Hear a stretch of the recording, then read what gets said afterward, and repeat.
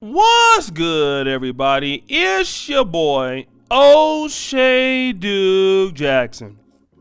Back at it again with another episode of The Celebrity Junk. And I want to take it back to a previous video. I don't know if it's out by this time, but Don Lemon, I did a video on him. He is calling out many of the celebrities and elite and wealthy in the entertainment industry, both black and white, in Hollywood, for not stepping up to support the protests regarding George Floyd, okay? And you know, this has been controversial because, you know, Don Lemon is very vocal about how he feels, and it really put a lot of the oligarchs in the entertainment industry and the wealthy elite, both white and black communities that are on the left, are sympathetic to, you know, Black Lives Matter activists or, you know, stuff like this. It put them on notice, right? And I believe Russell Simmons may have been the first person or the largest person to respond to what Don Lemon says, or has said rather. And, you know, Russell Simmons is one of the, you know, kings of the hip hop revolution. All right. Russell Simmons founded Def Jam. You know, Russell Simmons is worth a whole lot of money. He came with the Fat Farm. I mean, he's done so much for the culture. I grew up on Russell Simmons, right? And now Russell Simmons lives in Bali, right? And he lives there because, you know, there were some things that was said about him. And, you know, and he doesn't want to go through the same thing that R. Kelly has went through. And he lives in Bali, and there's no extradition treaty to the United States. So that's where Russell Simmons is at. But still from afar, he is still in touch with, you know, the United States situations, like any expat is, right? I'm in Africa right now, but daily I'm checking up on what's going on in the States. You know, I'm an African American just like he is. But Russell Simmons says something very important. He says, I agree with Don Lemon, and it inspires me to do more. I don't believe that any celebrity owes anybody anything. I don't believe that anyone owes social activism to their community. At the same time, I'm absolutely certain that your own happiness and salvation is directly tied to the happiness and salvation you promote for others. So I am committed to do more as much as I can. You know, I want to talk about this because we have this debate, and I've had this debate with, you know, people like George Macon and other people, and it's that fact that people feel that black celebrities should do everything. They have the most money. They should be involved in the most politics. They should say things. They should be an anchor of reason. They should get into social issues. And I mean, you know, even Jesus Christ didn't do that for politics, right? Even Jesus said, for those of you who read him, give unto Caesar what is to Caesar, and to God what is to God. That's Mark 12:17. And most people love Jesus, but you expect Russell Simmons to do, and Steph Curry to do, and LeBron James to do, which was something that Jesus never did, which was get into politics or social justice situations. Now I can understand that all of us are impacted by this as African Americans. But see, what happens in the black community is that you expect that celebrities should get involved while you do nothing. While you do nothing.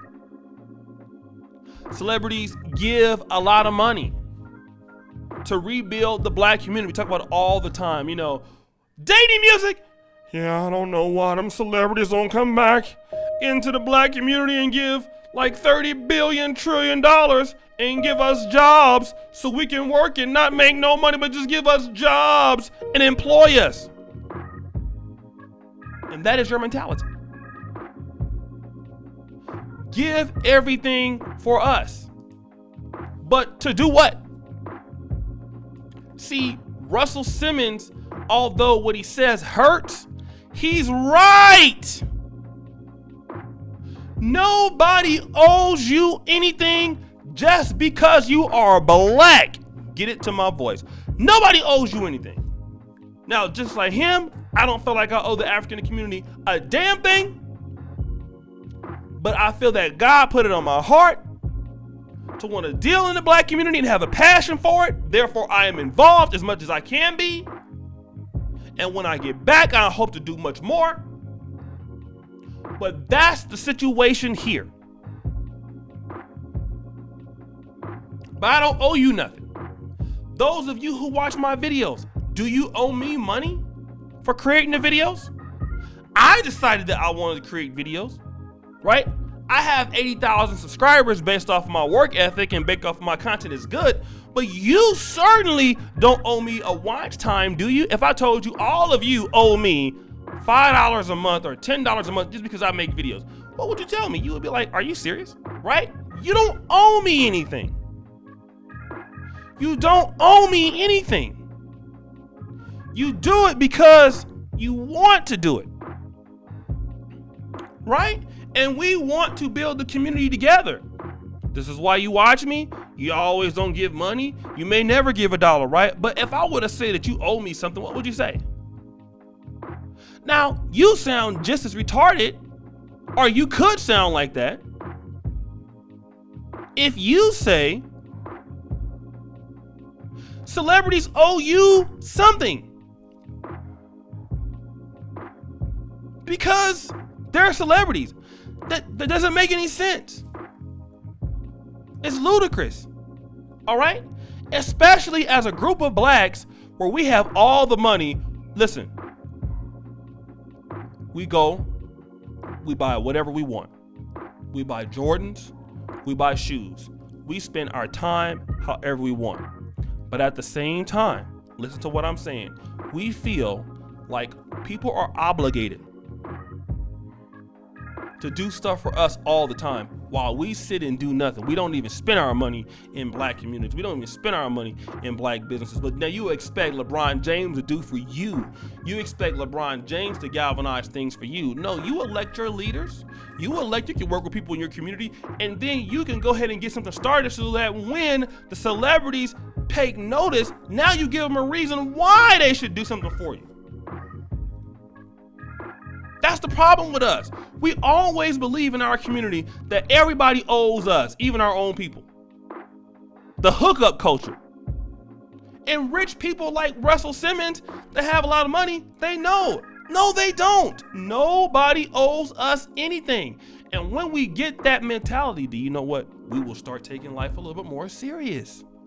You will see a lot of things transpiring more better in the black community because you know what? Now,